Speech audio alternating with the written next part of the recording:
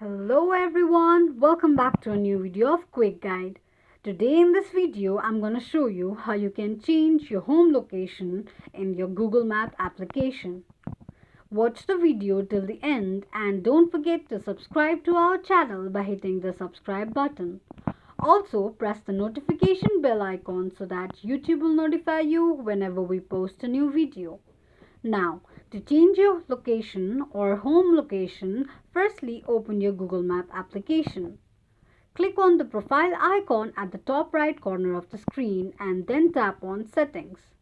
Click on Edit Home or Work option displayed on the screen.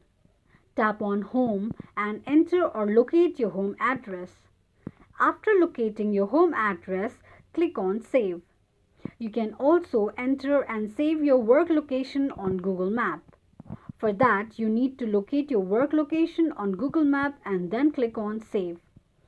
This is how you can change your home location in Google Map quickly and easily just in few steps.